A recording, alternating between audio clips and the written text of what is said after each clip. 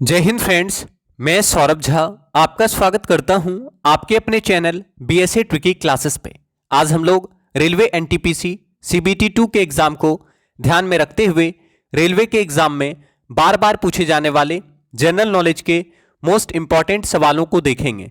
साथ ही साथ इन सवालों से जुड़े संभावित प्रश्नों को डिस्कस करेंगे जो आपके एग्जाम में पूछे जा सकते हैं। आप सभी से अनुरोध करेंगे कि आप क्लास को अधिक से अधिक शेयर करें ताकि अधिक संख्या में बच्चे क्लास में आकर क्लास का लाभ उठा सकें। आप सभी से आग्रह करेंगे कि आप क्लास में सारे सवालों के आंसर किया करें और प्लीज क्लास को सपोर्ट करें, क्लास को लाइक और शेयर अवश्य करें। तो चलिए शुरू करते हैं क्लास और देखते हैं हमारा पहला सवाल।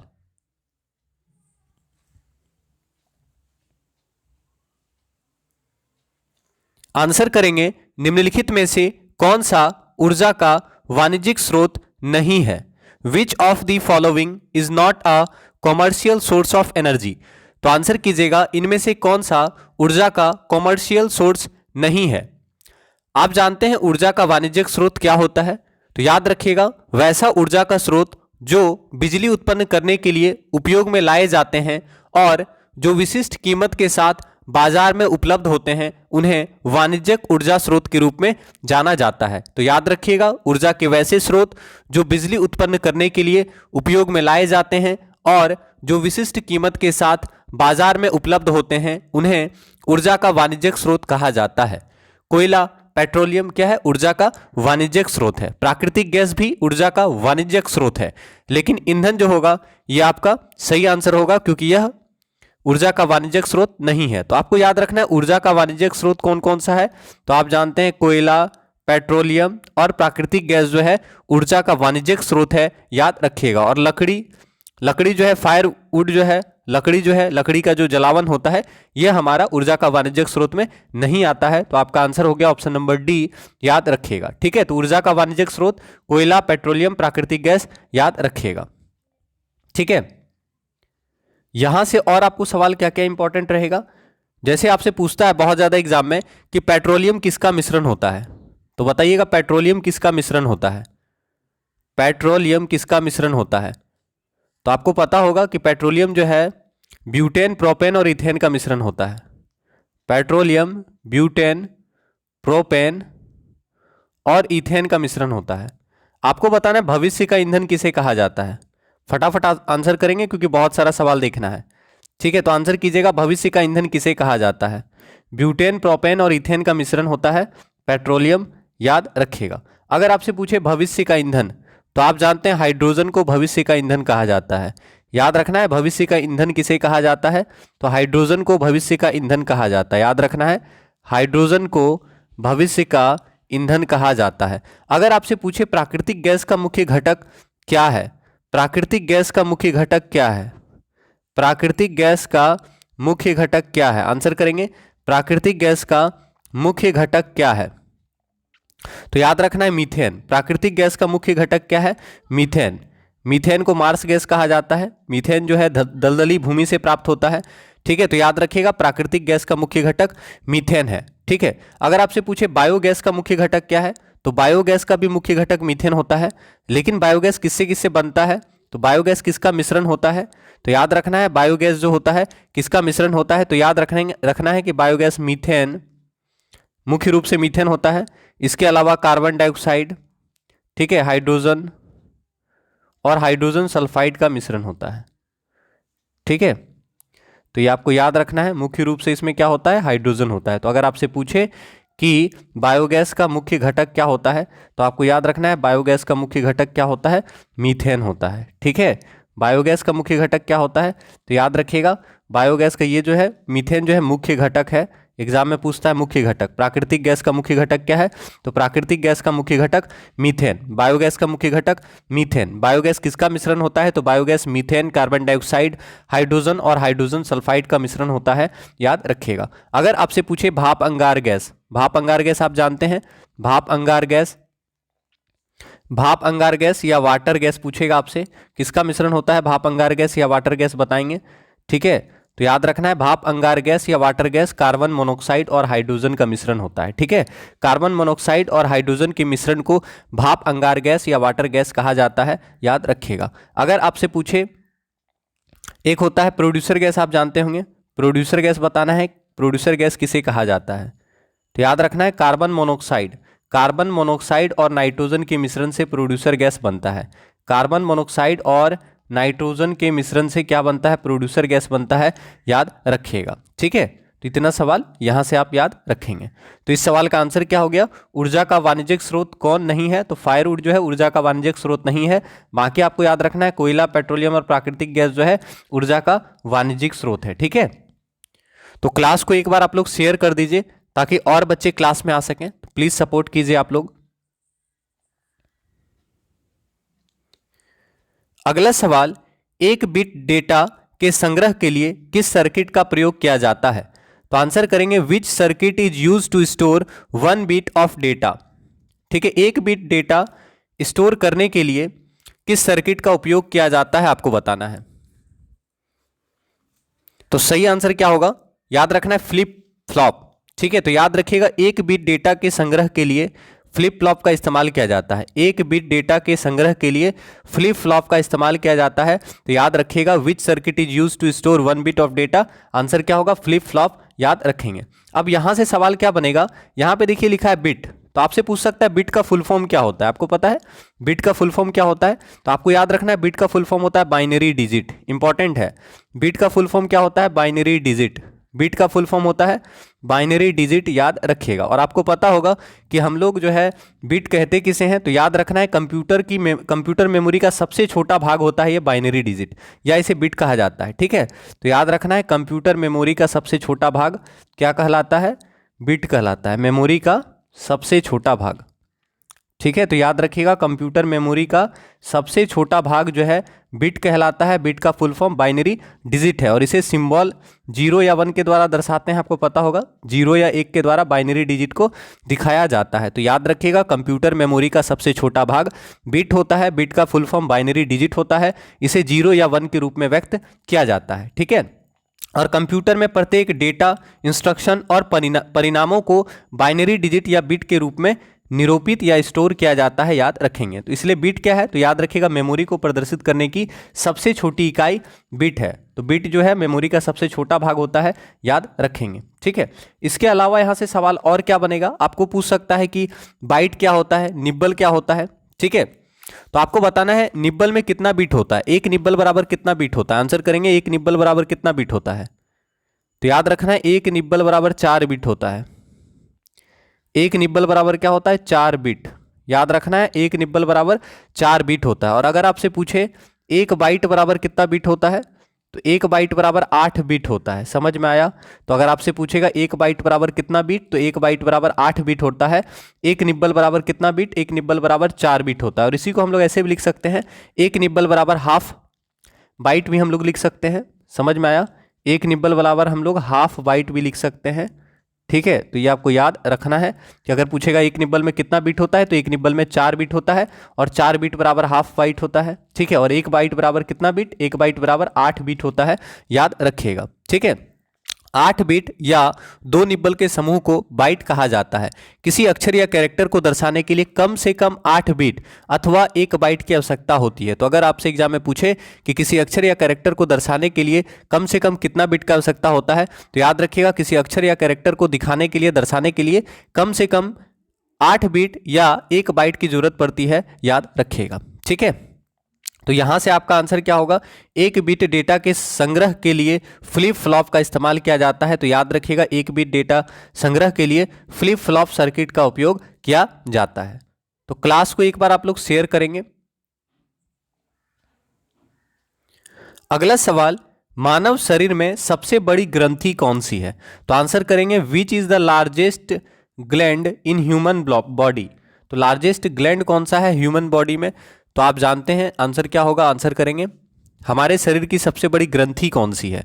ठीक है, तो यहां पे आपका आंसर क्या होने वाला है, हमारे शरीर की सबसे बड़ी ग्रंथि कौन सी है, तो सही आंसर होगा लीवर। लीवर जो है हमारे शरीर की सबसे बड़ी ग्रंथि है, तो याद रखना है लीवर जो है हमारे शरीर की लार्जेस्ट ग्लैंड है, तो याद रखना है largest gland in human body कौन सा होगा, लीवर। लीवर हमारे शरीर की सबसे बड़ी ग्रंथि है, याद रखिएगा। और आपको पता होगा यहाँ से सवाल क्या बनेगा, लीवर से क्या होता है, पित्त स्रावित होता है। अगर आपसे पूछे लीवर से क्या स्रावित होता है, पित्त कहाँ से स्रावित होता है, तो पित्त जो है लीवर से स्रावित होता है, याद रखना है पित्त स्रावित होता है। पित्त कहाँ से स्रावित होता है, पित्त लीवर से स्रावित होता है। और पित्त का काम आप जानते हैं, पित्त जो है आंत में उपस्थित एंजाइम की एक्टिविटी को तेज करता है। तो पित्त कहाँ से स्रावित होता है, तो याद रखना है पित्त जो है लीवर से स्रावित होता है। इसके अलावा और भी इसका बहुत सारा काम है, एक तो लीवर से पित्त स्रावित होता है, दूसरा आपको याद रखना है लीवर में बहुत सारे प्रोटीन का निर्माण होता है। जैसे अगर आपसे पूछे फाइब्रिनोजेन प्रोटीन का निर्माण कहाँ होता है, तो याद रखना है फाइब्रिनोजेन प्रोटीन का निर्माण कहाँ होता है, तो फाइब्रिनोजेन प्रोटीन का निर्माण या उत्पादन, ठीक है, कहाँ होता है, तो फाइब्रिनोजेन प्रोटीन का उत्पादन जो है लीवर में होता है। और आपको पता है फाइब्रिनोजेन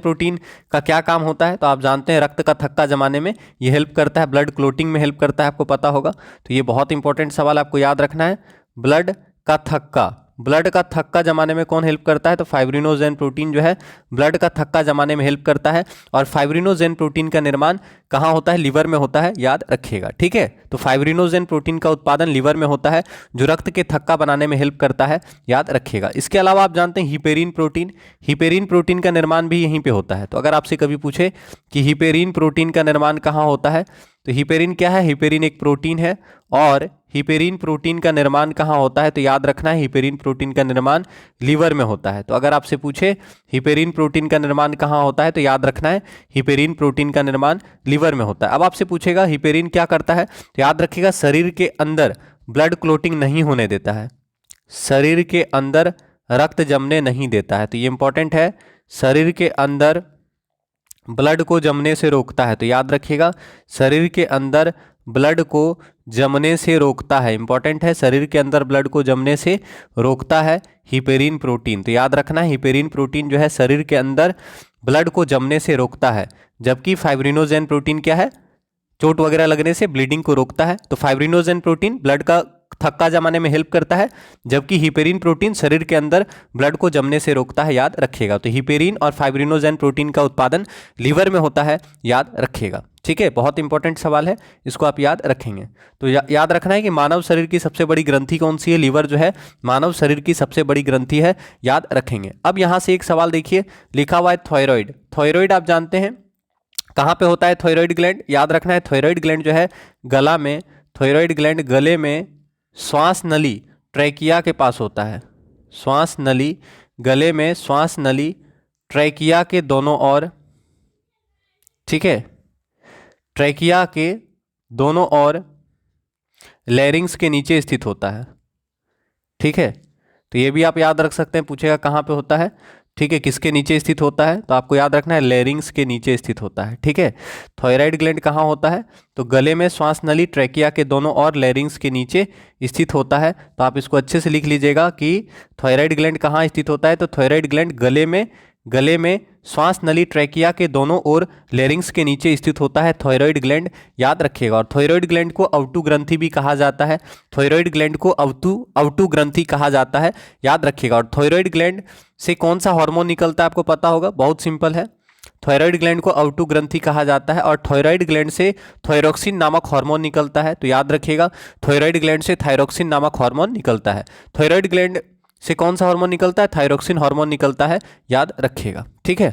अगला ऑप्शन देखिए पीयूष ग्रंथि, ये बहुत इंपॉर्टेंट है, पीयूष ग्रंथि या पिट्यूटरी ग्लैंड, इसको क्या कहा जाता है, मास्टर ग्रंथि कहा जाता है। तो अगर आपसे पूछे कौन सा ग्रंथि है जिसे मास्टर ग्रंथि कहा जाता है, मास्टर ग्रंथि कहा जाता है, तो आपको याद रखना है पिट्यूटरी ग्रंथि को मास्टर ग्रंथि कहा जाता है। पहला सवाल, पिट्यूटरी ग्लैंड को मास्टर ग्रंथि कहा जाता है। दूसरा आपको याद रखना है पिट्यूटरी ग्लैंड जो है शरीर की सबसे छोटी ग्रंथि कौन सी है, तो याद रखना है सबसे छोटी ग्रंथि है पीयूष ग्रंथि, सबसे छोटी ग्रंथि, समझ में आया। अगला सवाल आपसे पूछेगा सबसे छोटी ग्रंथि कौन सी है, सबसे छोटी ग्लैंड कौन सी है, याद रखना है मानव शरीर की सबसे छोटी ग्रंथि है पीयूष ग्रंथि, पीयूष ग्रंथि को मास्टर ग्रंथि कहा जाता है, ठीक है।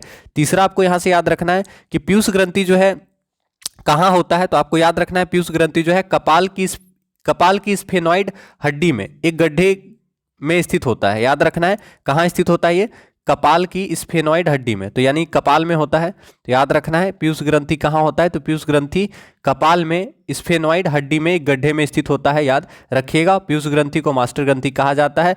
पीयूष ग्रंथि सबसे छोटी ग्रंथि है। पीयूष ग्रंथि से बहुत सारा हार्मोन निकलता है, जैसे आपको पता होगा एसटीएच हार्मोन यानी सोमेटोट्रोपिक हार्मोन पीयूष ग्रंथि से निकलता है।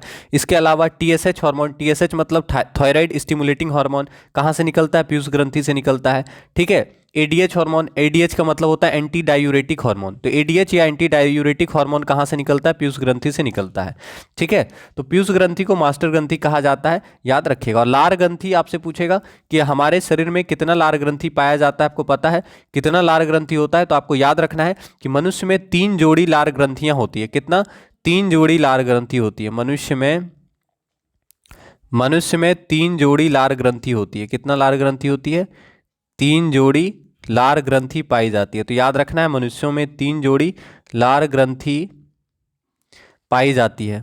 मनुष्य में 3 जोड़ी लार ग्रंथि पाई जाती है, याद रखेंगे। मनुष्य में 3 जोड़ी लार ग्रंथि पाई जाती है। मनुष्य के लार में लगभग जल कितना होता है, तो याद रखिएगा मनुष्य के लार में लगभग 99% जल होता है और शेष 1% एंजाइम होता है, ठीक है। मनुष्य में 3 जोड़ी लार ग्रंथि पाई जाती है। मनुष्य के सलाइवा में लगभग 99% जल और 1% एंजाइम पाया जाता है, याद रखिएगा। और आपको पता होगा कि लार में 2 प्रकार का एंजाइम होता है। कौन कौन सा 2 प्रकार का एंजाइम होता है जनरली, वो आपको बताना है। तो लार में कौन सा एंजाइम होता है, तो आपको याद रखना है, एक तो टाइलिन एंजाइम कहाँ होता है, लार में, तो आपको याद रखना है टाइलिन। ये क्या है, एग्जाम में से भी पूछ सकता है कि टाइलिन क्या है, तो आपको याद रखना होगा कि टाइलिन एंजाइम है। समझ में आया, तो एग्जाम में पूछता है कभी कभी कि टाइलिन एंजाइम है कि हार्मोन है, तो टाइलिन एंजाइम है जो कि लार में होता है। इसके अलावा लाइसोजाइम, लाइसोजाइम क्या है, तो याद रखना लाइसोजाइम भी एंजाइम है, ठीक है, जो कि लार में पाया जाता है। तो लार में कौन सा एंजाइम है, तो याद रखना है लार में 2 एंजाइम पाया जाता है, एक तो टाइलिन और दूसरा आपको याद रखना है लाइसोजाइम। समझ में आया, तो लार में मुख्यतः 2 प्रकार के एंजाइम पाए जाते हैं, टाइलिन और लाइसोजाइम, याद रखिएगा। तो इस सवाल का सही आंसर हो गया मानव शरीर में सबसे बड़ी ग्रंथि कौन सी है, तो लीवर जो है मानव शरीर की सबसे बड़ी ग्रंथि है, याद रखेंगे। तो आप सभी से हम्बल रिक्वेस्ट करेंगे, क्लास को एक बार आप लोग शेयर कर दीजिएगा। भारतीय स्वतंत्रता के समय भारतीय राष्ट्रीय कांग्रेस के अध्यक्ष कौन थे, तो आंसर करेंगे who was the president of Indian national Congress at the time of Indian independence. Bharat की आज़ादी के समय इंडियन नेशनल कांग्रेस के अध्यक्ष कौन थे, सिंपल सा सवाल है। तो आप जानते हैं भारत की आज़ादी के समय इंडियन नेशनल कांग्रेस के अध्यक्ष कौन थे, तो आंसर करेंगे JB कृपलानी। याद रखेंगे भारतीय आज़ादी के समय यानी स्वतंत्रता के समय इंडियन नेशनल कांग्रेस के अध्यक्ष कौन थे, याद रखना है JB कृपलानी। आज़ादी के समय भारतीय राष्ट्रीय कांग्रेस के अध्यक्ष कौन थे, JB कृपलानी, याद रखेंगे, ठीक है। समझ में आया, आज़ादी के समय भारतीय राष्ट्रीय कांग्रेस के अध्यक्ष JB कृपलानी, याद रखिएगा। अब जो इंपॉर्टेंट सवाल यहाँ से बनेगा आपसे बन सकता है मौलाना अबुल कलाम आज़ाद के बारे में। आप जानते हैं अगर आपसे पूछे इंडियन नेशनल कांग्रेस का सबसे युवा अध्यक्ष कौन था, तो आप आंसर बताएंगे इंडियन नेशनल कांग्रेस के सबसे युवा अध्यक्ष कौन थे। INC के सबसे युवा अध्यक्ष कौन थे, INC के सबसे युवा अध्यक्ष कौन थे, तो याद रखना है इंडियन नेशनल कांग्रेस के सबसे युवा अध्यक्ष बने थे मौलाना अबुल कलाम आज़ाद। तो याद रखना है इंडियन नेशनल कांग्रेस के सबसे युवा अध्यक्ष कौन बने थे, मौलाना अबुल कलाम आज़ाद। कौन सा सेशन था, तो दिल्ली सेशन था, दिल्ली अधिवेशन। और कौन सा ईयर, तो 1923 ईस्वी। समझ में आया, तो याद रखना है दिल्ली अधिवेशन आपसे पूछेगा, दिल्ली अधिवेशन 1923 में अध्यक्ष कौन बने थे, ठीक है। तो 1923 का जो दिल्ली अधिवेशन हुआ था उसकी अध्यक्षता मौलाना अबुल कलाम आज़ाद के द्वारा की गई थी। समझ में आ रहा है, तो याद रखना है 1923 के दिल्ली अधिवेशन की अध्यक्षता मौलाना अबुल कलाम आज़ाद के द्वारा की गई थी। मौलाना अबुल कलाम आज़ाद इंडियन नेशनल कांग्रेस के सबसे युवा अध्यक्ष थे। इसके अलावा इनसे एक और बहुत महत्वपूर्ण सवाल बनेगा, आपसे पूछ सकता है लगातार 6 साल तक इंडियन नेशनल कांग्रेस के अध्यक्ष कौन थे। लगातार 6 साल तक, लगातार 6 वर्ष तक इंडियन नेशनल कांग्रेस के अध्यक्ष कौन थे, आपको बताना है। लगातार 6 साल तक INC अध्यक्ष कौन थे, तो याद रखना है लगातार 6 साल तक इंडियन नेशनल कांग्रेस के अध्यक्ष बने थे मौलाना अबुल कलाम आज़ाद। याद रहेगा, तो याद रखना है इनको, ठीक है। अबुल कलाम आज़ाद लगातार 6 वर्ष तक INC के अध्यक्ष थे अबुल कलाम आज़ाद, ठीक है। अबुल कलाम आज़ाद लगातार 6 वर्षों तक इंडियन नेशनल कांग्रेस के अध्यक्ष थे, याद रखिएगा। अगर आपसे पूछे 1940 का किस अधिवेशन का अध्यक्षता इन्होंने किया था, या फिर ऐसे पूछता है 1940 का रामगढ़ अधिवेशन की अध्यक्षता किसने की, ऐसे पूछेगा 1940 का रामगढ़ अधिवेशन की अध्यक्षता किसने की, तो आपको याद रखना है 1940 के रामगढ़ अधिवेशन की अध्यक्षता, ठीक है, शॉर्ट में अधिवेशन लिख रहे हैं तो आपको याद रखना है, पूछेगा 1940 के रामगढ़ अधिवेशन की अध्यक्षता किसने की, तो आपको याद रखना है 1940 के रामगढ़ अधिवेशन की अध्यक्षता मौलाना अबुल कलाम आज़ाद जी के द्वारा की गई थी। मौलाना अबुल कलाम आज़ाद लगातार 6 वर्षों तक इंडियन नेशनल कांग्रेस के अध्यक्ष बने थे, याद रखेंगे, ठीक है। इंपॉर्टेंट ये सवाल था, इसको आप याद रखिएगा। अगर आपसे पूछे राजेंद्र प्रसाद इंडियन नेशनल कांग्रेस के अध्यक्ष कब बने थे, तो आपको पता होगा 1934 में बम्बई में जो अधिवेशन हुआ था उसकी अध्यक्षता किसने की थी, तो याद रखना है कि 1934 के बम्बई अधिवेशन की अध्यक्षता राजेंद्र प्रसाद जी के द्वारा की गई थी, ठीक है। अब यहाँ से इंपॉर्टेंट सवाल क्या क्या बनेगा, आपसे पूछेगा इंडियन नेशनल कांग्रेस की स्थापना कब हुई थी, आईएनसी का स्थापना कब हुआ था आपको पता है, तो आप जानते हैं 28 दिसंबर 1885 को इंडियन नेशनल कांग्रेस का स्थापना हुआ था। तो अगर आपसे पूछे इंडियन नेशनल कांग्रेस की स्थापना कब हुई थी, तो आप जानते हैं 28 दिसंबर 1885 को इंडियन नेशनल कांग्रेस की स्थापना हुई थी ए.ओ. ह्यूम के द्वारा। ए.ओ. ह्यूम मतलब Allan Octavian Hume. Allan Octavian Hume संस्थापक थे। तो अगर आपसे पूछेगा इंडियन नेशनल कांग्रेस के संस्थापक कौन थे, तो इंडियन नेशनल कांग्रेस के संस्थापक थे एलन ऑक्टेवियन ह्यूम, याद रखिएगा। ए.ओ. ह्यूम के द्वारा इंडियन नेशनल कांग्रेस की स्थापना की गई थी। इंडियन नेशनल कांग्रेस की स्थापना 28 दिसंबर 1885 ईस्वी को किया गया था, याद रखिएगा। अगर आपसे पूछे इंडियन नेशनल कांग्रेस के पहले अध्यक्ष कौन थे, आईएनसी के पहले अध्यक्ष कौन थे, बहुत इंपॉर्टेंट सवाल है। तो आप सभी जानते हैं इंडियन नेशनल कांग्रेस के पहले अध्यक्ष थे कौन, व्योमेश चंद्र बनर्जी बोल सकते हैं हम लोग, याद रखना है। इंडियन नेशनल कांग्रेस के पहले अध्यक्ष कौन थे, व्योमेश चंद्र बनर्जी। इंडियन नेशनल कांग्रेस के पहले अध्यक्ष कौन थे, व्योमेश चंद्र बनर्जी, याद रखना है। तो इंडियन नेशनल कांग्रेस के संस्थापक थे A.O.. Hume. Indian national Congress के संस्थापक ए.ओ. ह्यूम और इंडियन नेशनल कांग्रेस के पहले अध्यक्ष व्योमेश चंद्र बनर्जी, याद रखिएगा। इंडियन नेशनल कांग्रेस का पहला अधिवेशन कहाँ हुआ था, बंबई में हुआ था 1885 में, समझ में आया। तो कभी पूछेगा 1885 का बंबई अधिवेशन किसने अध्यक्ष बने, तो याद रखना है 1885 के बंबई अधिवेशन की अध्यक्षता व्योमेश चंद्र बनर्जी के द्वारा की गई थी। व्योमेश चंद्र बनर्जी भारतीय राष्ट्रीय कांग्रेस यानी इंडियन नेशनल कांग्रेस के पहले अध्यक्ष थे, याद रखेंगे। इसके अलावा 1886 का कलकत्ता अधिवेशन, मोस्ट इंपॉर्टेंट सवाल है। 1886 का कलकत्ता अधिवेशन की अध्यक्षता किसने किया, तो 1886 का कलकत्ता अधिवेशन, याद रखना है 1886 के कलकत्ता अधिवेशन की अध्यक्षता दादा भाई नौरोजी के द्वारा की गई। तो आप लिख लीजिएगा दादा भाई नौरोजी के द्वारा, याद रखना है दादा भाई नौरोजी के द्वारा 1886 के कलकत्ता अधिवेशन की अध्यक्षता की गई। और दादा भाई नौरोजी के बारे में आपको याद रखना है इंडियन नेशनल कांग्रेस के दूसरे अध्यक्ष कौन बने थे, इंडियन नेशनल कांग्रेस के सेकंड अध्यक्ष कौन थे, दादा भाई नौरोजी। इंडियन नेशनल कांग्रेस के दूसरे अध्यक्ष कौन, दादा भाई नौरोजी। एक तो ये सवाल बना। दूसरा आपसे पूछेगा इंडियन नेशनल कांग्रेस के पहले गैर हिंदू अध्यक्ष कौन थे, तो ये भी थे दादा भाई नौरोजी, क्योंकि ये पारसी धर्म के थे, आपको पता होगा। तो आपसे पूछेगा इंडियन नेशनल कांग्रेस के आईएनसी के पहले गैर हिंदू अध्यक्ष कौन थे, मोस्ट इंपॉर्टेंट सवाल है। इंडियन नेशनल कांग्रेस के पहले गैर हिंदू अध्यक्ष कौन थे, तो याद रखना है दादा भाई नौरोजी इंडियन नेशनल कांग्रेस के पहले गैर हिंदू अध्यक्ष थे, ठीक है। दादा भाई नौरोजी इंडियन नेशनल कांग्रेस के पहले गैर हिंदू अध्यक्ष थे। दादा भाई नौरोजी इंडियन नेशनल कांग्रेस के दूसरे अध्यक्ष बने थे। 1886 के कलकत्ता अधिवेशन की अध्यक्षता इन्होंने की थी। इसके अलावा दादा भाई नौरोजी को grand old man of India कहा जाता है, वयोवृद्ध पुरुष कहा जाता है। इंडियन नेशनल कांग्रेस के सबसे अधिक उम्र में अध्यक्ष कौन बने थे, दादा भाई नौरोजी इंडियन नेशनल कांग्रेस के सबसे अधिक उम्र में अध्यक्ष बने थे। इसके अलावा पता होगा आपको भारतीय राजनीति का पितामह किनको कहा जाता है, दादा भाई नौरोजी को भारतीय राजनीति का पितामह कहा जाता है। दादा भाई नौरोजी ने पहली बार राष्ट्रीय आय और प्रति व्यक्ति आय के आकलन का प्रयास किया था। तो याद रखिएगा भारत में राष्ट्रीय आय और प्रति व्यक्ति आय के आकलन का पहला प्रयास दादा भाई नौरोजी के द्वारा 1867-68 में किया था। इसके अलावा आपको पता होगा धन निष्कर्षण का सिद्धांत किसने दिया, तो दादा भाई नौरोजी ने धन निष्कर्षण का सिद्धांत दिया था।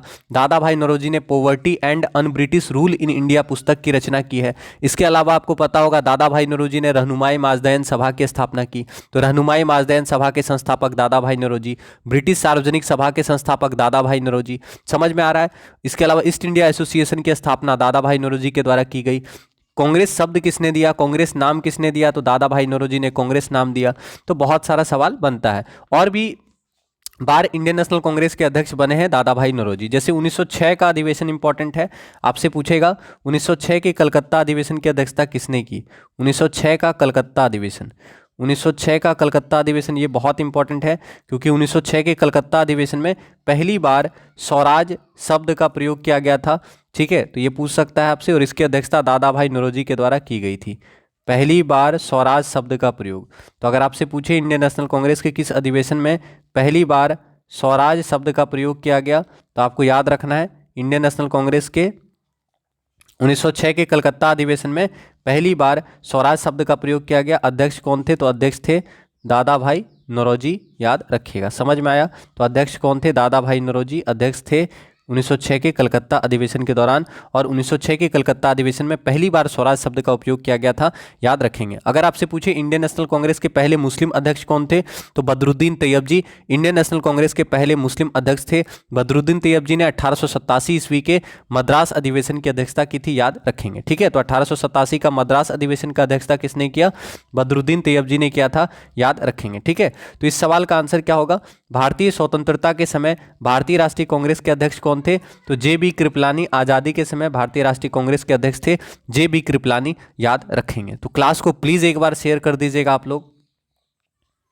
राज्यसभा का सदस्य बनने के लिए न्यूनतम आयु कितनी होनी चाहिए? तो आंसर करेंगे राज्यसभा का सदस्य बनने के लिए न्यूनतम आयु कितना होना चाहिए? आप जानते हैं कि लोकसभा का सदस्य बनने के लिए 25 साल होना चाहिए। लोकसभा सदस्य बनने के लिए 25 साल होना चाहिए, है ना। लोकसभा सदस्य बनने के लिए 25 साल होना चाहिए। राष्ट्रपति उपराष्ट्रपति और राज्यपाल बनने के लिए 35 साल होना चाहिए। राष्ट्रपति उपराष्ट्रपति और राज्यपाल बनने के लिए 35 साल होना चाहिए। ठीक है, राष्ट्रपति उपराष्ट्रपति और राज्यपाल बनने के लिए मिनिमम 35 वर्ष होना चाहिए। ठीक है, और राज्यसभा का सदस्य बनने के लिए 30 साल मिनिमम होना चाहिए। तो याद रखिएगा राज्यसभा का सदस्य बनने के लिए न्यूनतम 30 वर्ष की आयु होना अनिवार्य है और लोकसभा का सदस्य बनने के लिए 25 वर्ष, याद रखिएगा। आपको पता होगा राज्यसभा के बारे में, भारतीय संविधान के अनुच्छेद 80 में राज्यसभा की संरचना का प्रावधान है। राज्यसभा में अधिकतम सीट कितना हो सकता है? मैक्सिमम सदस्य कितना हो सकता है आपको बताना है। मैक्सिमम सदस्य हो सकता है 250, याद रखना है। राज्यसभा में मैक्सिमम कितना हो सकता है? 250 सीट हो सकता है। ठीक है, राज्यसभा में मैक्सिमम 250 सीट हो सकता है। अभी कितना सीट है? अभी यानी वर्तमान में कितना सीट है आपको बताना। अभी कितना सीट है? तो अभी 245 सीट है। समझ में आया?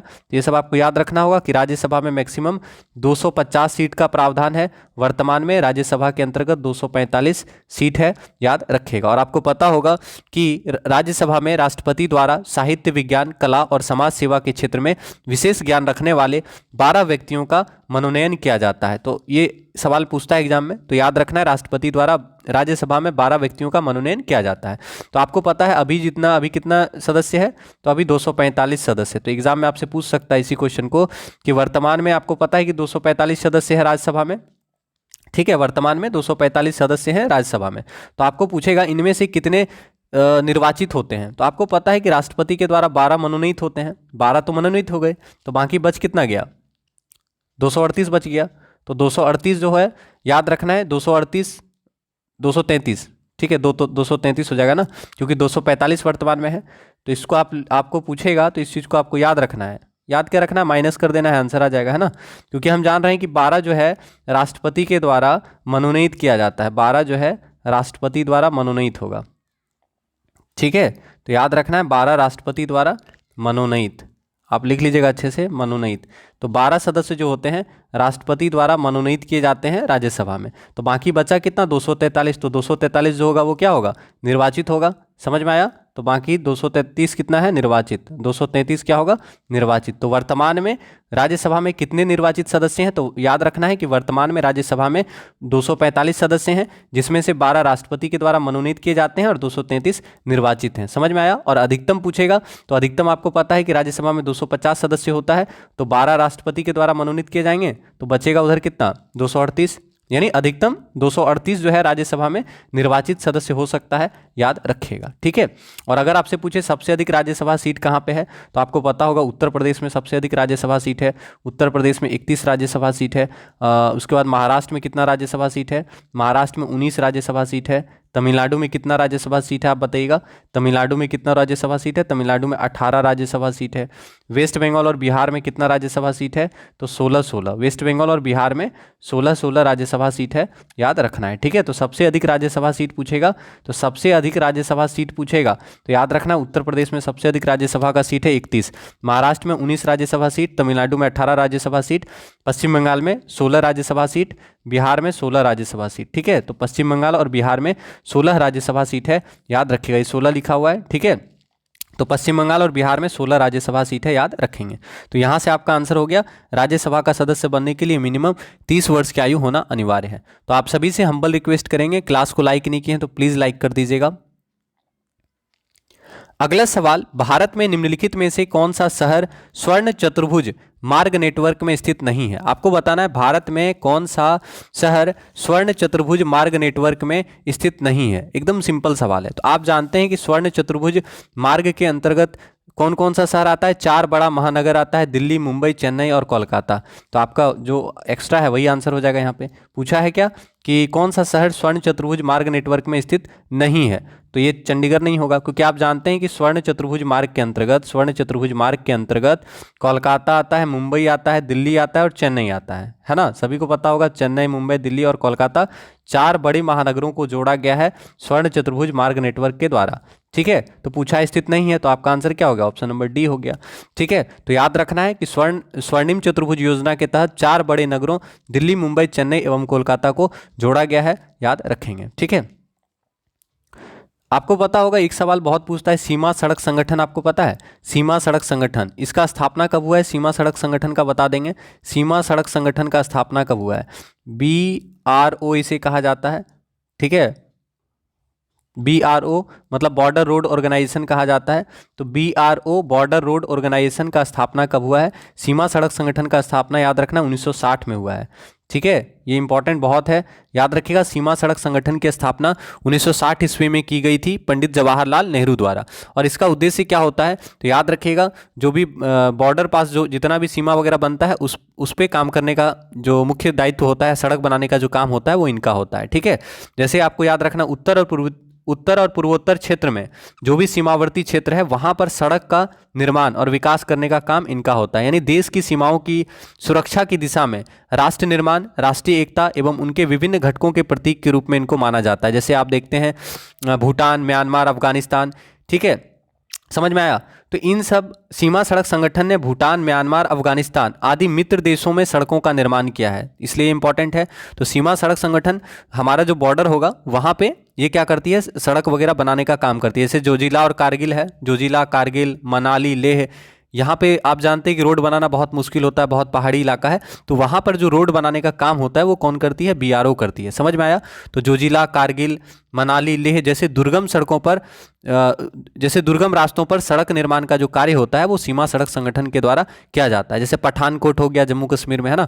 पठानकोट, जम्मू, श्रीनगर, उड़ी, इन सब जगहों पर जो रोड बनता है उनको बनाने का काम कौन करता है? सीमा सड़क संगठन करता है। ठीक है, तो इसलिए इंपॉर्टेंट है, आपसे पूछेगा सीमा सड़क संगठन की स्थापना कब की गई थी? तो 1960 ईस्वी में सीमा सड़क संगठन की स्थापना की गई थी, याद रखेंगे। ठीक है, और आपको पता होगा ग्रैंड ट्रंक रोड के बारे में, शेरशाह सूरी के द्वारा ग्रैंड ट्रंक रोड का स्थापना मतलब बनाया गया था शेरशाह सूरी के द्वारा अपने साम्राज्य को सुमेलित करने के लिए या बढ़ाने के लिए। शेरशाह सूरी द्वारा अपने साम्राज्य को सुमेलित करने के लिए कोलकाता से पेशावर तक एक मतलब राजमार्ग का निर्माण किया गया था जिसका नाम था ग्रैंड ट्रंक रोड।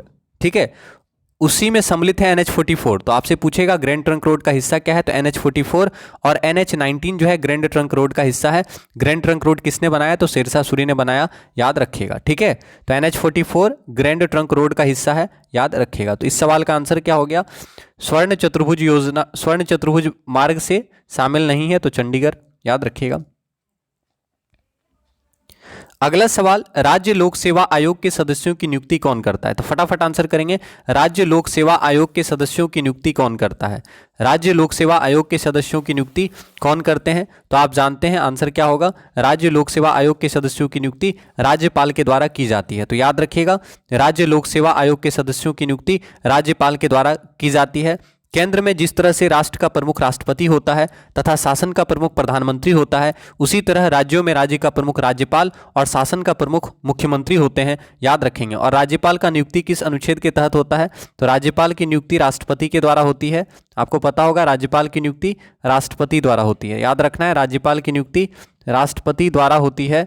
ठीक है, और किस अनुच्छेद के तहत, तो ये इंपॉर्टेंट है आर्टिकल 155, तो याद रखना है अनुच्छेद 155 के तहत, याद रखिएगा अनुच्छेद 155 के तहत राज्यपाल की नियुक्ति राष्ट्रपति के द्वारा होती है, ठीक है। और राज्यपाल बनने के लिए मिनिमम 35 वर्ष की आयु होना अनिवार्य है, याद रखिएगा। और राज्यपाल राष्ट्रपति के प्रसाद पर्यंत पद धारण करते हैं, याद रखेंगे, ठीक है। तो यहाँ पे आपका आंसर क्या हो गया, राज्य लोक सेवा आयोग के सदस्यों की नियुक्ति राज्यपाल के द्वारा की जाती है और राज्यपाल की नियुक्ति राष्ट्रपति के द्वारा की जाती है, अनुच्छेद 155 के तहत, याद रखेंगे। तारे का वर्ण निम्नलिखित में से किसका सूचक है, सिंपल सवाल है। Which of the following is indicated by the colour of A star, ठीक है। तारा का जो कलर होता है वो क्या बताता है, तो उसके टेम्परेचर को बताता है, तो ऑप्शन नंबर सी सही आंसर होगा। तारे का वर्ण किसका सूचक है, तारे का वर्ण किसका सूचक है, तारे का जो कलर है वो उसके टेम्परेचर को बताता है, ठीक है। तो याद रखना है कि तारा का जो कलर होता है उसके टेम्परेचर को बताता है, तारा का जो वर्ण है उसके तापमान का द्योतक होता है, ठीक है। अगला सवाल, किसी परमाणु की परमाणविक संख्या से निम्नलिखित में से किसकी संख्या का पता चलता है। एकदम आसान सवाल है, आपको बताना है किसी परमाणु की परमाणविक संख्या से निम्नलिखित में से किसकी संख्या का पता चलता है। तो आप जानते हैं आंसर क्या होने वाला है, आंसर बताएंगे। तो सही आंसर क्या होगा, प्रोटॉन, याद रखना है प्रोटॉन, ठीक है। किसी परमाणु की परमाणविक संख्या से प्रोटॉन की संख्या का पता चलता है, तो याद रखना है किसी परमाणु की परमाणविक संख्या से प्रोटॉन की संख्या का पता चलता है। तो आपका आंसर हो गया ऑप्शन नंबर बी, किसी परमाणु की परमाणविक संख्या से प्रोटॉन की संख्या का पता चलता है। और आप जानते हैं प्रोटॉन का खोज किसने किया था, तो प्रोटॉन का खोज पहली बार गोल्डस्टीन ने किया था। तो याद रखना है प्रोटॉन का खोज किसने किया, गोल्डस्टीन ने प्रोटॉन का खोज किया था। तो अगर आपसे पूछे प्रोटॉन को पहली बार किसने खोजा, तो प्रोटॉन को पहली बार गोल्डस्टीन ने खोजा था। लेकिन आपको याद रखना है प्रोटॉन का जनक किन्हें कहा जाता है, रदरफोर्ड को कहा जाता है, क्योंकि रदरफोर्ड ने डिटेल्ड में बताया था, इसलिए रदरफोर्ड को क्या कहा जाता है, प्रोटॉन का जनक कहा जाता है। तो आपको याद रखना है, ठीक है। तो अगर आपसे पूछे कि प्रोटॉन को पहली बार किसने खोजा, तो याद रखना है गोल्डस्टीन। और अगर याद रखना है अगर ऑप्शन में गोल्डस्टीन रहे, रदरफोर्ड नहीं रहे, तो आप आंसर करेंगे गोल्डस्टीन। ध्यान से सुनिएगा, अगर ऑप्शन में रदरफोर्ड नहीं रहे, गोल्डस्टीन रहे, तो आप आंसर गोल्डस्टीन को करेंगे। लेकिन अगर ऑप्शन में रदरफोर्ड रहता है तो आप रदरफोर्ड को आंसर कीजिएगा, समझ में आया, ठीक है। और कभी कभी क्या होता है, दोनों ऑप्शन में दे सकता है, गोल्डस्टीन और रदरफोर्ड दोनों देता है, ठीक है। तो वो भी आपको याद रखना होगा। तो लेकिन जनरली क्या होगा, एक ही देगा ऑप्शन में। तो रदरफोर्ड जब देगा तो रदरफोर्ड आप आंसर करेंगे, गोल्डस्टीन देगा तो गोल्डस्टीन आंसर करेंगे। तो याद रखना है कि प्रोटॉन जो है एक धनात्मक कण है।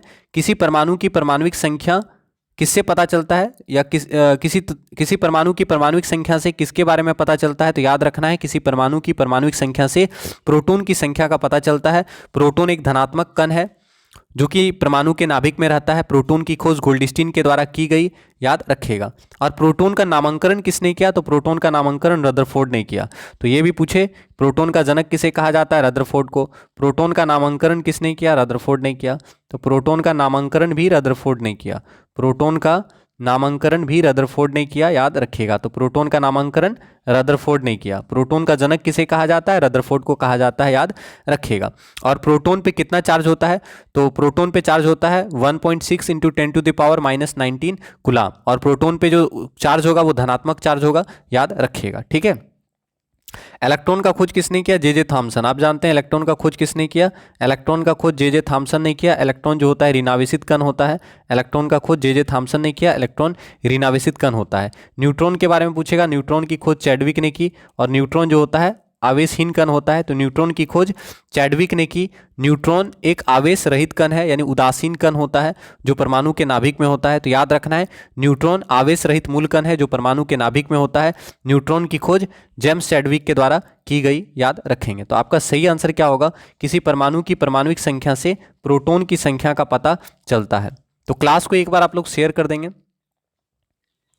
अगला सवाल, डीपीटी वैक्सीन को निम्नलिखित में से किसके रूप में वर्गीकृत किया गया है। तो आंसर करेंगे डीपीटी वैक्सीन को निम्नलिखित में से किसके रूप में वर्गीकृत किया गया है। तो आप जानते हैं एकदम सिंपल सवाल है, तो आंसर करेंगे डीपीटी वैक्सीन को निम्नलिखित में से किसके रूप में वर्गीकृत किया गया है। तो आपको पता होगा डीपीटी जो वैक्सीन है इससे तीन बीमारी के लिए यूज होता है, इसलिए क्या है एक संयुक्त टीका है। तो आपका आंसर क्या होगा, डीपीटी वैक्सीन क्या है, तो डीपीटी वैक्सीन एक प्रकार का संयुक्त टीका है, एक कंबाइंड वैक्सीन है। तो आपका आंसर क्या होगा, option number D, DPT vaccine को कंबाइंड वैक्सीन यानी संयुक्त टीका कहा जाता है, क्योंकि आपको पता होगा डीपीटी वैक्सीन जो है तीन तीन बीमारी के लिए यूज किया जाता है। कौन कौन सा?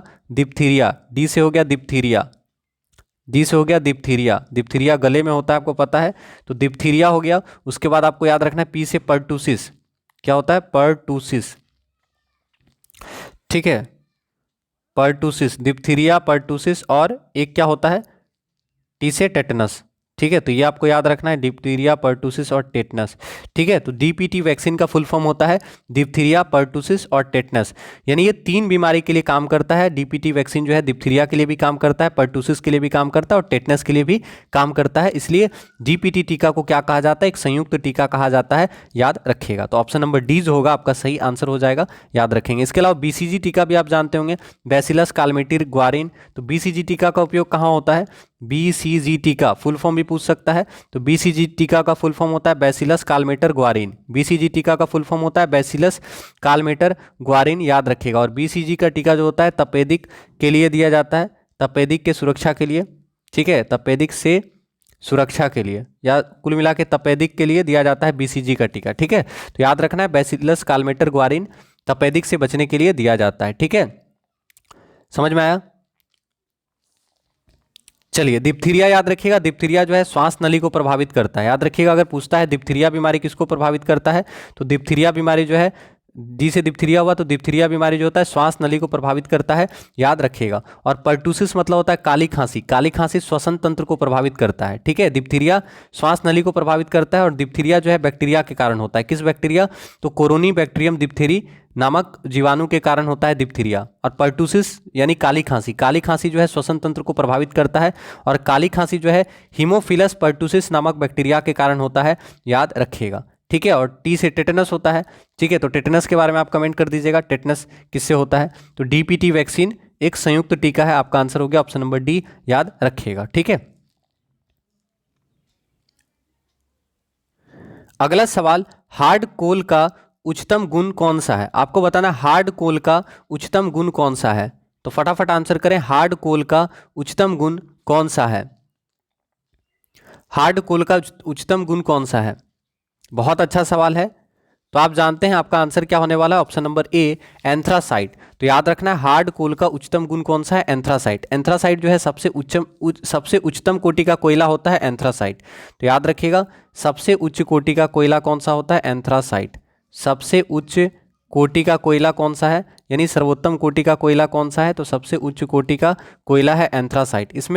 इसमें 80 से 95% तक कार्बन पाया जाता है। तो याद रखना है सबसे उच्च कोटि का कोयला कौन सा है? एंथ्रासाइट। एंथ्रासाइट कोयला में कार्बन की मात्रा 80 से 95% तक पाई जाती है। इसके अलावा बिटुमिनस कोयला आप जानते हैं, बिटुमिनस कोयला को क्या कहा जाता है? सॉफ्ट कोयला कहा जाता है। तो अगर आपसे पूछे कि सॉफ्ट कोल किसे कहा जाता है, तो बिटुमिनस को मुलायम कोयला कहा जाता है। बिटुमिनस कोयला को मुलायम कोयला कहा जाता है, याद रखना है बिटुमिनस को मुलायम कोयला या सॉफ्ट कोयला कहा जाता है, ठीक है। और आपको याद रखना है भारत में पाया जाने वाला अधिकतर कोयला जो है बिटुमिनस कोयला ही है। तो भारत में सबसे अधिक किस प्रकार का कोयला पाया जाता है? तो भारत में सबसे अधिक बिटुमिनस कोयला पाया जाता है। बिटुमिनस कोयला को सॉफ्ट कोयला कहा जाता है, याद रखिएगा। और याद रखना है इसमें कार्बन कितना होता है? लगभग 80% होता है, ठीक है। तो भारत में सबसे अधिक पाया जाने वाला कोयला, भारत में सबसे अधिक पाया जाने वाला कोयला कौन सा है? तो याद रखिएगा भारत में सबसे अधिक पाया जाने वाला कोल, भारत में सबसे अधिक पाया जाने वाला कोयला कौन सा है? तो भारत में सबसे अधिक पाया जाने वाला कोयला है बिटुमिनस, याद रखिएगा। अब है लिग्नाइट। लिग्नाइट को भूरा कोयला कहा जाता है। पूछेगा भूरा कोयला किसे कहा जाता है? तो लिग्नाइट को भूरा कोयला कहा जाता है। लिग्नाइट को भूरा कोयला कहा जाता है। पिट जो है सबसे घटिया क्वालिटी का कोयला होता है, यानी सबसे निम्न कोटि का कोयला होता है पिट, याद रखना है पिट सबसे निम्न कोटि का कोयला होता है, ठीक है। इसको जलाने से धुआं बहुत निकलता है। सबसे निम्न कोटि का कोयला कौन सा होता है? तो याद रखना है पिट जो है सबसे निम्न कोटि का कोयला होता है, ठीक है। इसमें धुआं बहुत ज़्यादा निकलता है जो कि पॉल्यूशन बहुत ज़्यादा फैलाता है, ठीक है। और लिग्नाइट को भूरा कोयला कहा जाता है, याद रखेंगे। और सबसे उच्च कोटि का कोयला होता है एंथ्रासाइट, याद रखिएगा। और आपको पता है कोयला को क्या कहा जाता है? उद्योगों की जननी कहा जाता है। तो अगर आपसे पूछे उद्योगों की जननी किसे कहा जाता है, तो कोयला को उद्योगों की जननी कहा जाता है, याद रखना है। उद्योगों की जननी किसे कहा जाता है? तो कोयला को उद्योगों की जननी कहा जाता है, ठीक है। और भारत का सबसे महत्वपूर्ण क्षेत्र और सबसे बड़ा कोयला क्षेत्र कहाँ है? तो आपको पता होगा भारत का सबसे महत्वपूर्ण एवं बड़ा कोयला क्षेत्र जो है ऊपरी दामोदर घाटी में स्थित है। दामोदर घाटी जो है कोयला के लिए बहुत ज़्यादा फेमस है। कोयला आपको पता है कि जमीन के अंदर लाखों करोड़ों वर्षों से दबे वनस्पतियों पर ताप एवं दाब के कारण धीरे धीरे कोयले का निर्माण होता है। ठीक है, तो ये पता ही होगा आपको। तो यहाँ पे आपका आंसर हो गया एंथ्रासाइट कोयला, याद रखना है, सबसे अच्छी क्वालिटी का कोयला होता है।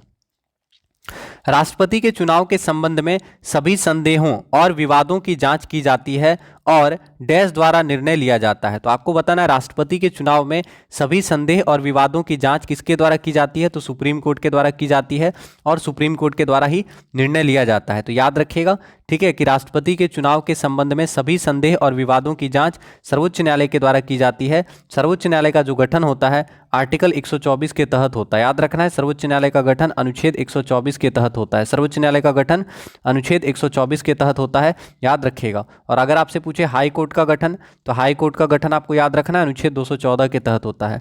हाई कोर्ट का गठन पूछेगा तो आर्टिकल 214 इंपॉर्टेंट सवाल है। हाई कोर्ट का गठन आर्टिकल 214, हाई कोर्ट का गठन आर्टिकल 214 और सुप्रीम कोर्ट का गठन अनुच्छेद 124, सुप्रीम कोर्ट का गठन अनुच्छेद 124, याद रखिएगा। ठीक है, ये इंपॉर्टेंट सवाल है, सुप्रीम कोर्ट का गठन अनुच्छेद 124। ठीक है, और आपको पता होगा रिट, सुप्रीम कोर्ट भी रिट जारी करती है और हाई कोर्ट भी रिट जारी करता है। तो अगर आपसे पूछेगा, ठीक है, कि सुप्रीम कोर्ट किस अनुच्छेद के तहत रिट जारी करता है और हाई कोर्ट किस अनुच्छेद के तहत रिट जारी करता है, तो आप बताइए। सुप्रीम कोर्ट द्वारा किस अनुच्छेद के तहत रिट जारी किया जाता है? आर्टिकल 32, सभी को पता होगा। सुप्रीम कोर्ट जो है अनुच्छेद 32 के तहत रिट जारी करता है। और हाई कोर्ट किस अनुच्छेद के तहत रिट जारी करता है? तो हाई कोर्ट जो है अनुच्छेद 226, याद रखना है, हाई कोर्ट आर्टिकल 226 के तहत रिट जारी करता है। समझ में आया? आप अच्छे से लिख लीजिएगा। ठीक है, तो याद रखना है सुप्रीम कोर्ट द्वारा रिट जारी किया जाता है अनुच्छेद 32 के तहत। सुप्रीम कोर्ट अनुच्छेद 32 के तहत रिट जारी करती है, जबकि हाई कोर्ट जो है आर्टिकल 226 के तहत रिट जारी करता है, याद रखेंगे। तो आप सभी से हम्बल रिक्वेस्ट है, क्लास को प्लीज एक बार शेयर कर दीजिएगा। अगला सवाल, भारत की सबसे लंबी झील का नाम बताइए। मोस्ट इंपॉर्टेंट सवाल है, आपको बताना है भारत की सबसे लंबी झील का नाम क्या है। तो आप जानते हैं, याद रखना है, वेम्बनाथ झील। वेम्बनाथ झील जो है भारत की सबसे लंबी झील है। मोस्ट इंपॉर्टेंट सवाल है, बहुत बच्चे गलती करेंगे, इसको आप नोट कर लीजिएगा। भारत की सबसे लंबी झील कौन सी है? वेम्बनाथ झील। और वेम्बनाथ झील कहाँ पे है? केरल में। याद रखना है कि भारत की सबसे लंबी झील है वेम्बनाथ झील। वेम्बनाथ झील केरल में है, याद रखिएगा। और इसको रामसर साइट में भी शामिल किया जा चुका है, रामसर आर्द्र भूमि में शामिल किया जा चुका है। ठीक है, रामसर आर्द्र भूमि में शामिल किया जा चुका है। आपको पता है रामसर सम्मेलन 1971 में हुआ था। रामसर सम्मेलन कब हुआ था? 1971 में, याद है ना? तो वो भी याद रखिएगा। तो वेम्बनाथ झील जो है भारत की सबसे लंबी झील है। पूछेगा भारत की सबसे लंबी झील, भारत की सबसे लंबी झील है वेम्बनाथ झील। कहाँ पे है? वेम्बनाथ झील केरल में है, याद रखिएगा। और वेम्बनाथ झील किस प्रकार की झील है? लैगून झील है। वेम्बनाथ झील किस प्रकार की झील है? लैगून झील है। तो भारत की सबसे लंबी झील है वेम्बनाथ झील, जो कि केरल में है। वेम्बनाथ झील लैगून झील है और वेम्बनाथ झील को रामसर आर्द्र भूमि में शामिल किया जा चुका है, याद रखिएगा। और आपको याद रखना है कि वेम्बनाथ झील में द्वीप कौन सा है? बहुत ज़्यादा इंपॉर्टेंट द्वीप है, वेलिंगटन द्वीप है। आपसे पूछता है वेलिंगटन द्वीप कहाँ पे है? वेलिंगटन द्वीप कहाँ पे है? तो याद रखना है वेलिंगटन, आप अच्छे से लिख लीजिएगा। ठीक है, कि वेलिंगटन द्वीप कहाँ पे है? तो वेलिंगटन द्वीप जो है वेम्बनाथ झील में है, याद रखिएगा। ठीक है, वेम्बनाथ झील में वेलिंगटन द्वीप है, याद रखना है, वेलिंगटन द्वीप स्थित है। वेलिंगटन द्वीप कहाँ पे है? तो वेम्बनाथ झील पे वेलिंगटन द्वीप स्थित है, याद रखिएगा। इसके अलावा आपको पता होगा, आपसे पूछता है कि ओनम कहाँ का त्यौहार है? तो आपको पता है ओनम केरल का त्यौहार है। और ओनम पर्व के अवसर पर केरल में नौकायान होता है, आपको पता होगा, नौकायान प्रतियोगिता होता है। और नौकायान प्रतियोगिता जीतने वाले को नेहरू ट्रॉफी मिलता है। कभी कभी ये भी पूछता है नेहरू ट्रॉफी किस खेल से जुड़ा है?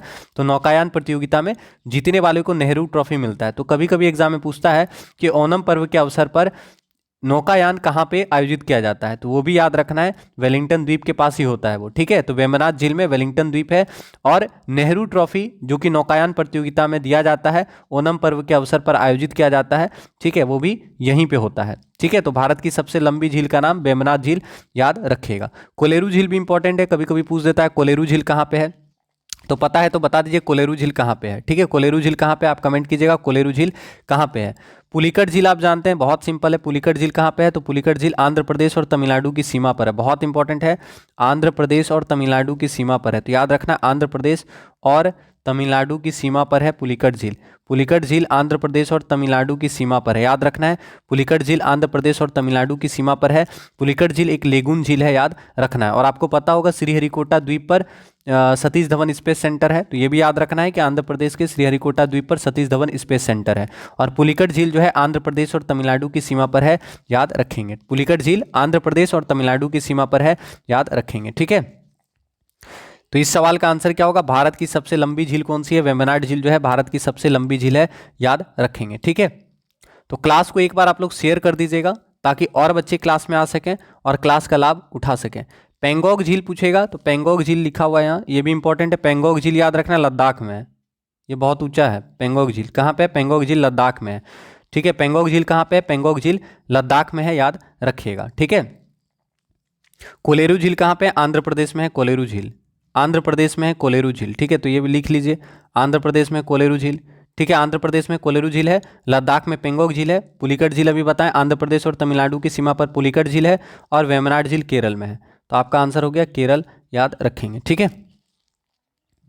कुछ कुछ क्वेश्चन आपके लिए रखते हैं तो प्लीज़ आप भी आंसर कीजिए, क्योंकि कुछ बच्चे होते हैं फिर कमेंट करते हैं कि सर आप ही सब बता दो। लेकिन ठीक है, हम तो बता ही देते हैं जितना क्वेश्चन होता है, लेकिन जो क्वेश्चन आपके लिए रखते हैं वो क्वेश्चन आप आंसर कीजिएगा। ठीक है, चलिए अगला सवाल देखते हैं। 12वीं पंचवर्षीय योजना की संचालन अवधि है, आपको पता है 12वीं पंचवर्षीय योजना की संचालन अवधि कब से कब तक थी? एकदम सिंपल है, तो लास्ट में क्या आएगा? 12 आएगा, है ना। तो 12वीं पंचवर्षीय योजना का कार्यकाल पूछेगा तो 2012 से 2017 ईस्वी तक 12वीं पंचवर्षीय योजना चला था। तो आपका आंसर क्या होगा? पूछेगा 12वीं पंचवर्षीय योजना कब से कब तक चला था, तो याद रखना है कि 12वीं पंचवर्षीय योजना 2012 से 2017 तक चला था। ठीक है, तो आपका आंसर क्या हो गया? ऑप्शन नंबर बी याद रखना है, 12वीं पंचवर्षीय योजना 2012 से 2017 तक चला था। और पहला पंचवर्षीय योजना कब से कब तक हुआ था? फर्स्ट 5 ईयर प्लान आपको बताना है, तो फर्स्ट 5 ईयर प्लान याद रखना 1951 से 1956 तक चला था। पहला पंचवर्षीय योजना 1951 से 1956 तक चला था। पहला पंचवर्षीय योजना 1951 से 1956 तक चला था। और पहला पंचवर्षीय योजना हेराल्ड डोमर मॉडल पर आधारित था, ये इंपॉर्टेंट है। पहला पंचवर्षीय योजना हेराल्ड डोमर मॉडल पर आधारित था, तो याद रखना है पहला पंचवर्षीय योजना हेराल्ड डोमर मॉडल पर आधारित था। और पहला पंचवर्षीय योजना 1951 से 1956 ईस्वी तक चलाया गया था। आधारित आप सही से लिख लीजिएगा, गलती लिखा गया है। ठीक है, तो पहला पंचवर्षीय योजना हेराल्ड डोमर मॉडल पर आधारित था और पहला पंचवर्षीय योजना 1951 से 1956 ईस्वी तक चला था। पहला पंचवर्षीय योजना में कृषि को उच्च प्राथमिकता दिया गया था, याद रखेंगे। और दूसरा पंचवर्षीय योजना भी बहुत इंपॉर्टेंट है, आपको पता होगा जो सेकेंड 5 ईयर प्लान था 1956 से 1961 तक चला था, याद रखना है। दूसरा पंचवर्षीय योजना 1956 से 1961 तक, दूसरा पंचवर्षीय योजना 1956 से 1961 तक चलाया गया था। और इसमें आपको पता होगा भारी उद्योगों को बहुत ज़्यादा प्रीफर किया गया था इसमें।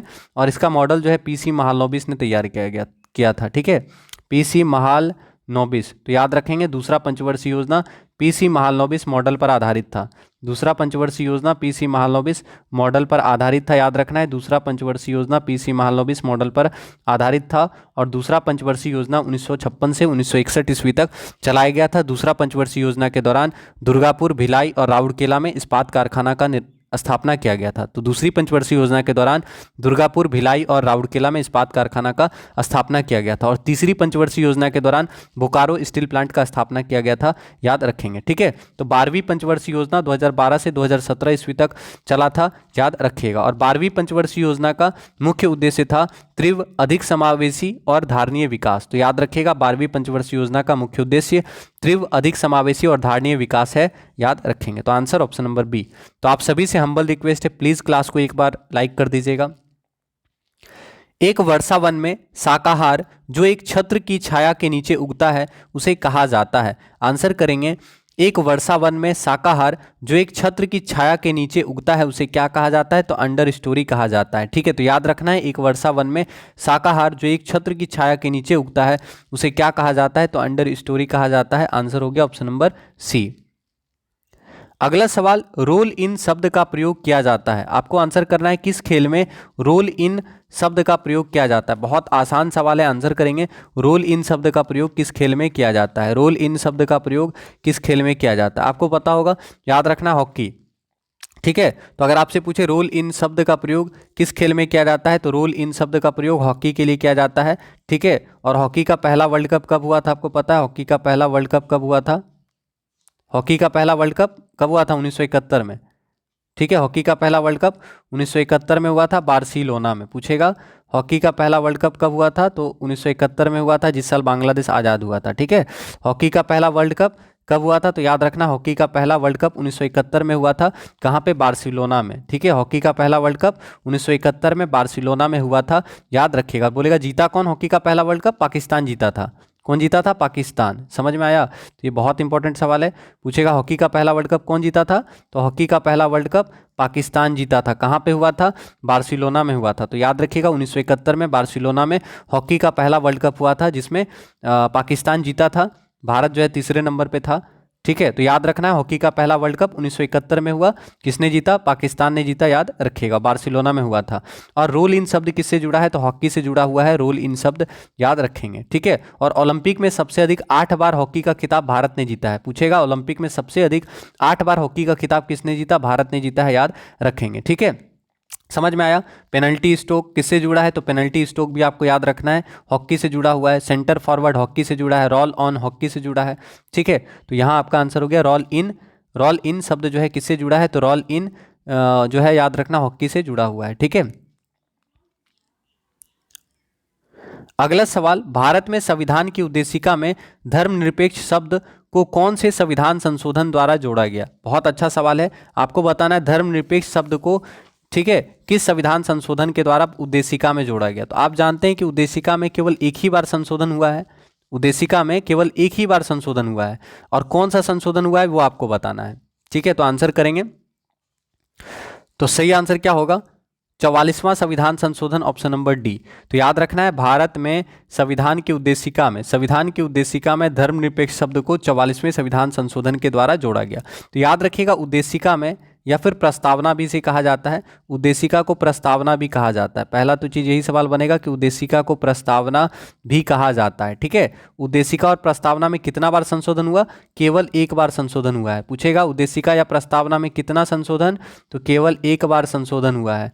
उद्देशिका को प्रस्तावना कहा जाता है, उद्देशिका या प्रस्तावना में केवल एक बार संशोधन हुआ है, वो भी कब, 44वां संविधान संशोधन के द्वारा 1976 ईस्वी में। समझ में आया, एक क्वेश्चन से बहुत सारा सवाल बता रहे हैं और यही सब पूछता है एग्जाम में, कोई पता थोड़ी है कि ये हो सकता है आपके शिफ्ट में ईयर पूछ दे, ये पूछ दे, हो सकता है कितना बार हुआ ये पूछ दे, इसलिए आपको रिवीजन करना है ज़्यादा से ज़्यादा। ठीक है, तो आपसे पूछेगा कि प्रस्तावना को क्या कहा जाता है, तो प्रस्तावना को उद्देशिका भी कहा जाता है। प्रस्तावना में कितना बार संशोधन हुआ, तो प्रस्तावना में केवल एक बार संशोधन हुआ है। कब हुआ है, 1976 में। कौन सा संशोधन, 42वां संविधान संशोधन, याद रखना है। ठीक है, 44वां तो संपत्ति से जुड़ा है ना, तो 42वां होगा, तो 42वां संविधान संशोधन 1976। ठीक है, याद रखिएगा 42वां संविधान संशोधन, जिसे मिनी संशोधन भी कहा जाता है।